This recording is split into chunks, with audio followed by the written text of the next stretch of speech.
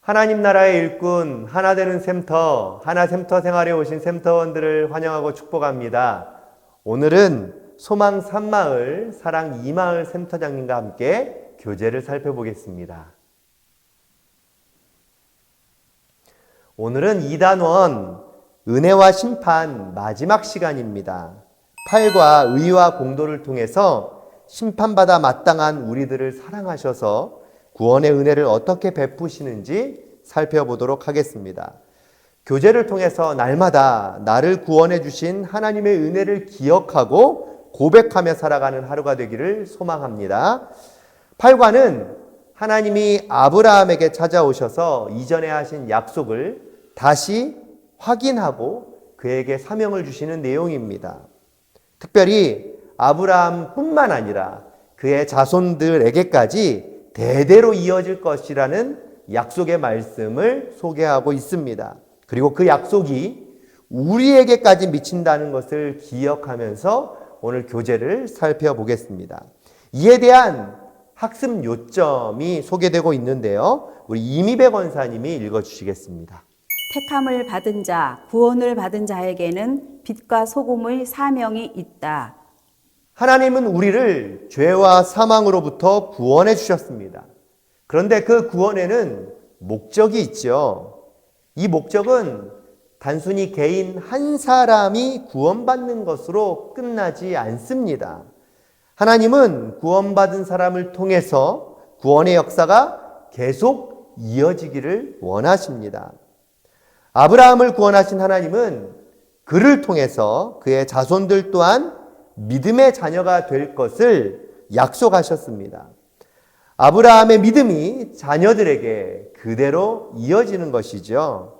그것은 아브라함 개인의 구원에서 그가 속한 가정과 자손들에게까지 구원의 역사가 나타나는 것을 말씀하는 것입니다. 그리고 더 나아가서 온 세상에 하나님의 정의가 임하여 세상을 죄로부터 구원하기를 원하시는 것이 하나님의 최종적인 목적이자 사명인 것이죠. 이에 대한 말씀을 우리가 오늘 살펴보도록 하겠습니다. 우리 이경수 권사님이 창세기 18장 17절에서 26절을 읽어주시겠습니다. 여호와께서 이르시되 내가 하려는 것을 아브라함에게 숨기겠느냐? 아브라함은 강대한 나라가 되고 천하 만민은 그로 말미암아 복을 받게 될 것이 아니냐? 내가 그로 그 자식과 건속에게 명하여 여호와의 도를 지켜 의와 공도를 행하게 하려고 그를 택하였나니 이는 나 여호와가 아브라함에게 대하여 말한 일을 이루려 함이니라. 여호와께서 또 이르시되 소돔과 고모라에 대한 부르짖음이 크고 그 죄악이 심히 무거우니 내가 이제 내려가서 그 모든 행한 것이 과연 내게 들린 부르짖음과 같은지 그렇지 않은지 내가 보고 알려하노라. 그 사람들이 거기서 떠나 소돔으로 향하여 가고 아브라함은 여호와 앞에 그대로 섰더니 아브라함이 가까이 나아가 이르되 주께서 의인을 악인과 함께 멸하려 하시나이까? 그 성중에 의인 50명이 있을지라도 주께서 그곳을 멸하시고 그 50의인을 위하여 용서하지 아니하시리이까? 주께서 이같이 하사 의인을 악인과 함께 죽이심은 부당하오며 의인과 악인을 같이 하심도 부당하느니라. 세상을 심판하시는 이가 정의를 행하실 것이 아니니까. 여호와께서 이르시되 내가 만일 소돔 성읍 가운데에서 의인 50명을 찾으면 그들을 위하여 온 지역을 용서하리이다. 소돔과 고모라가 멸망하기 전 하나님은 아브라함을 찾아오셨습니다. 그리고 그에게 이전에 하셨던 약속을 다시 확인시켜 주셨지요. 그를 선택하신 목적이 무엇인지 말씀해 주셨습니다. 그것은 아브라함으로 인해 그의 자식과 후손들이 하나님의 말씀을 지켜 의로운 삶을 행하게 하시려고 택하셨다는 것을 확인시켜 주시고 말씀해 주셨던 것이죠. 그리고 아브라함에게 주신 이 말씀은 오늘을 살아가는 우리에게도 동일하게 적용되고 약속이 되는 말씀입니다. 아브라함의 후손이 결국 우리들이기 때문이죠. 하나님은 우리를 통해서 하나님을 영화롭게 하고 그를 영원토록 기뻐하는 믿음이 우리와 우리 자손들에게 계속해서 이어지기를 원하십니다. 여기서 믿음의 계승은 우리가 선택할 수 있는 사항이 아닙니다. 이것은 하나님이 우리에게 주신 사명이자 목적인 것이죠. 하나님의 도를 지켜 의와 공도를 행하게 하는 것이 우리가 살아갈 사명입니다. 세상은 하나님을 떠나 정의를 상실한 채 살아가고 있습니다. 참된 정의가 무엇인지 알지 못하는 세상에 하나님의 정의를 이루는 것이 우리의 사명입니다. 이 사실을 기억하면서 교제를 통해서 구원받은 우리에게 주신 빛과 소금의 사명이 무엇인지 생각하고 교제를 살펴보도록 하겠습니다. 먼저 교제에는 4가지 질문이 있습니다. 먼저 1번 질문을 이미배 권사님이 읽어주시겠습니다. 하나님이 아브라함을 택하신 이유가 무엇입니까?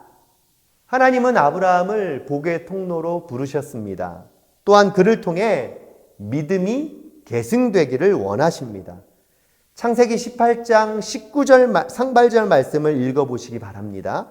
그리고 믿음의 계승에 초점을 맞춰서 답을 적어보시면 좋겠습니다. 2번 질문을 이경숙 권사님이 읽어주시겠습니다. 하나님은 아브라함에게 자식과 건속에게 무엇을 명하라고 하셨습니까? 하나님은 아브라함에게 자식과 가족들에게 얼마나 많이 소유해야 하는지 또 얼마나 높이 올라가야 하는지에 대해 말씀하지 않으셨습니다. 창세기 18장 19절 중반절 말씀을 읽어보면 우리의 우선순위가 무엇인지에 대해서 말씀하고 있습니다. 지키고 행해야 하는 것이 무엇인지를 생각하시면서 말씀을 읽어보시고 답을 찾아서 적어보시면 되겠습니다. 3번 질문은 2번 질문 연장선상에서 그러한 명령을 주신 이유에 대해서 생각해 보는 것입니다. 하나님이 아브라함에게 하신 약속을 재차 다시 말씀하신 것을 기억하면서 하나님의 말씀에 신실성이 있음을 기억하며 답을 찾아서 적어보시면 좋겠습니다. 4번 질문을 이미배 권사님이 읽어주시겠습니다. 아브라함은 소돔과 고모라를 위해 무엇을 간구했습니까? 창세기 18장 25절 말씀을 읽어보시기 바랍니다. 아브라함은 소돔과 고모라가 패역한 성읍이라는 것을 알고 있었습니다. 그럼에도 그 성읍을 위해서 하나님께 간구하고 있지요.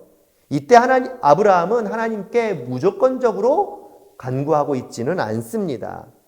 그것이 무엇인지 찾아서 적어보시기 바랍니다.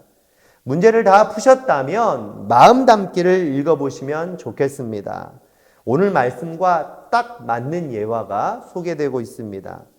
한 영혼이 주님께로 돌아오기까지 얼마나 많은 어려움과 고통이 있는지를 느낄 수 있습니다. 그러면서도 하나님께서는 가장 이루기 원하시는 것이 한 영혼의 구원이라는 것을 기억하면서 하나님께서 반드시 그 영혼을 구원시킬 것에 대한 믿음과 신뢰함을 가지면서 오늘 예화를 읽어보시고 기도의 자리로 나아가면 좋겠습니다. 마음 담기를 읽으셨다면 적용하기 위해서 2가지 기도 제목으로 함께 기도의 시간을 가져보도록 하겠습니다. 첫 번째 기도 제목은 온전한 믿음 계승과 가정 구원이 이루어지도록 기도하는 것입니다. 아마도 여러분 주변에 믿지 않는 가족들, 친척들, 이웃들이 많이 있을 겁니다. 그들을 위해서 그들이 주님께로 돌아오도록 간절한 마음으로 기도해 주시면 좋겠습니다. 2번째는 이 땅에 하나님의 정의가 강물처럼 흐르게 해달라고 기도하는 것입니다. 많은 부분에서 하나님의 정의가 필요합니다. 불합리한 세상을 변화시킬 분은 오직 하나님 한 분밖에 없음을 기억하면서 기도의 자리로 나아가시기를 바랍니다. 기도를 다 하셨다면 한 주 동안 내 삶에 적용할 내용을 살펴보고 적용하는 시간을 갖도록 하겠습니다. 이번 주 적용할 내용은 2가지인데요. 첫 번째는 하나님께서 나를 이 가정과 이웃으로 보내신 이유를 종이에 적어보는 것입니다. 그냥 생각하는 것보다 직접 종이에 글을 적어보는 것이 훨씬 더 기억에 남고 그것을 가슴에 품게 됩니다. 종이에 적어보고 가장 잘 보이는 곳에 붙여보시고 한 주 동안 실천해 보시면 좋겠습니다. 두 번째는 창세기 18장 19절을 암송하는 것입니다. 이렇게 두 가지 적용을 마치셨다면 이제 직접 교재를 펼쳐서 자세히 살펴보며 예습을 해보셔야 되겠죠?